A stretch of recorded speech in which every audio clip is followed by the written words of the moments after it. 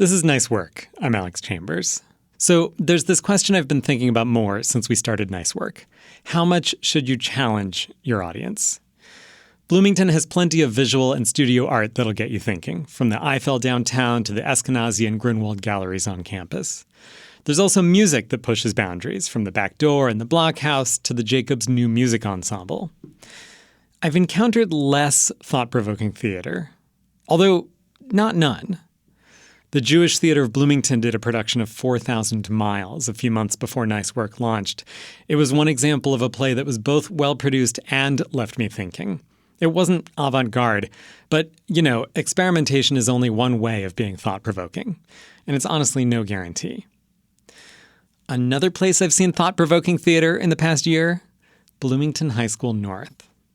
They did an impressive production of the new-ish musical Hadestown in the spring of 2025, and then that fall they put on Eugene Ionesco's Rhinoceros.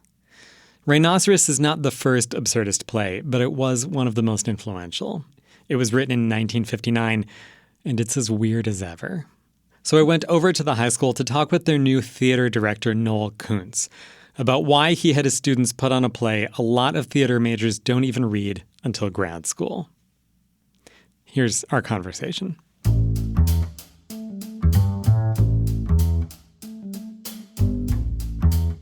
I am Noel Patrick Kuntz. I am the theater teacher and program director at Bloomington North High School. Can you say where we are? Yeah, we are in the boys' dressing room in the Black Box Theater and at North High School. All right, cool.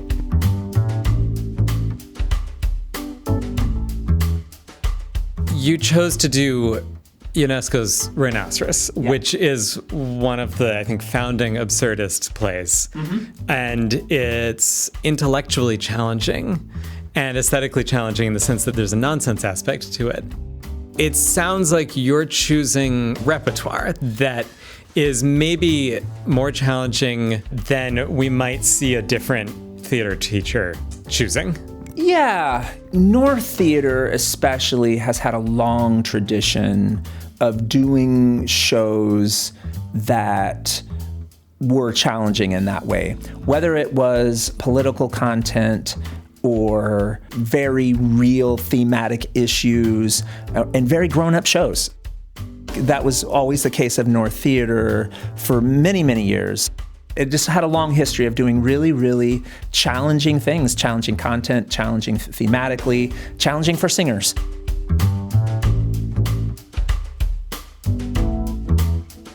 We spend a lot of time with our dramaturg who does some research around this so that they understand the framework for what we're doing and what that all means. And students really respond well to it, where they're like, we've not done this was last year, we've not done a really serious show in a while, like a show that felt grown up.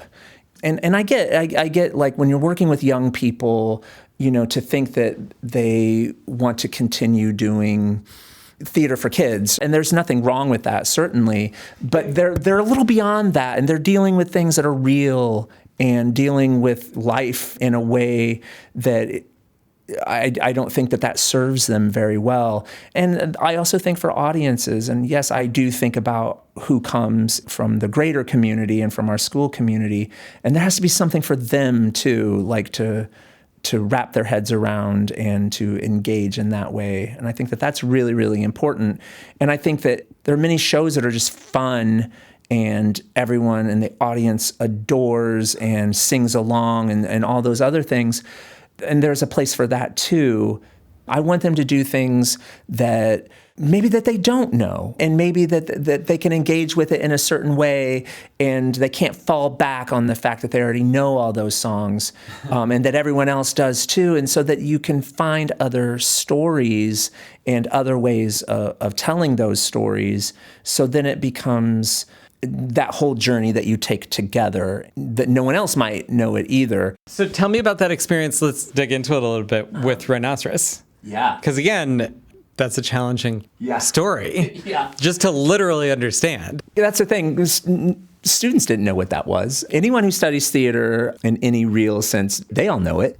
They probably read it in graduate school. That's usually when that happens. Right. Graduate school, not high school. Not high school. So essentially, Rhinoceros is a play in which the small town in France where the whole entire town transforms into rhinoceroses except one person. And he laments at all the things that he's missing out on and how alienated he is because he cannot become a rhinoceros, and he doesn't understand why. But the way that the play works is, it just is. Everyone transforms into a rhinoceros for their own reasons. And it was important to me because that play is often cited as a very anti-fascist play. Mm-hmm. It was Ionesco, who was Romanian. It was his response to the fascist government in Romania.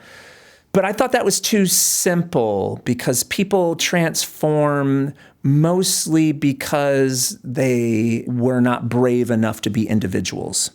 Because they had to follow and they couldn't be individualistic in any way, so they wanted to find the herd. They wanted to find that group to join, a group that was unified, that had solidarity. And that's the only way he could explain why people could transform, because it was perfectly natural to do that, except one person who couldn't bring himself to not be himself. And then he's left all alone. And I think, as someone who had heard of it, but hadn't studied theater, and so I didn't actually know the story until I saw your production of it, which I really enjoyed. Thank you. And I really enjoyed the production. I thought the students were great. In seeing it, one of the things that struck me about the main character, is he's not particularly heroic. I mean, there's different ways of reading him, I guess. Mm-hmm. But, it's not like he's, at least the way I kind of experienced it, was like he's making a strong stand or taking a stance. It's more, if I remember correctly, he's kind of a loser at the beginning or something, or maybe he's a little bit out of it or something. Yeah, he's disheveled. And it's so French in that way, too, even though it's like this ennui, right? This boredom of life but the laundry is so expensive, he says. That's why I wear dirty shirts, even though he has a good job. And just, I don't know what else to do. I'm so bored that I drink because I don't have anything else to do. And yeah, he's just a mess all the time. Right. And so he's not, he's not heroic. Yeah. And I think that makes the show more ambiguous. Mm. And, it's more of an intellectual quandary, what do we do with this person? What do we do with this situation? I have this saying that I say to students, and they are so over it every time. They just roll their eyes. Yeah, you told us, Koontz, come on.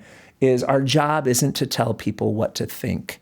Our job is only to make them think. And the same goes for feeling. Our job isn't to tell people how to think or feel. It's only to make them think and feel something.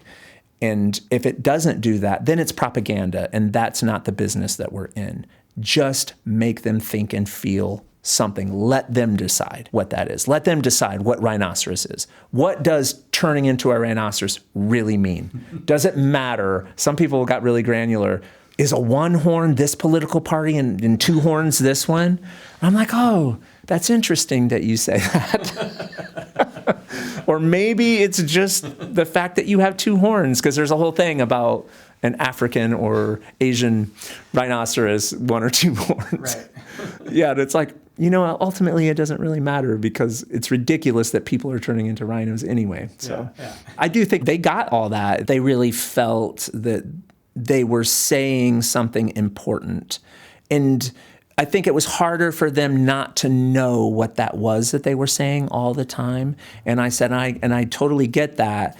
And that is when you lean into the relationships between those characters in what they are saying to each other. And it only has to have meaning in those moments and between the characters there. That's where it really matters. And ultimately, the audience understands that. And that's what's important, that they get that for themselves.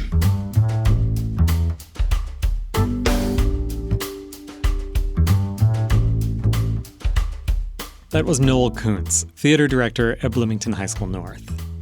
Their upcoming show is God Bless You, Mr. Rosewater. It's a musical, and yes, it's based on the Kurt Vonnegut novel. That runs April 17th through April 19th at Bloomington High School North. For Nice Work, I'm Alex Chambers.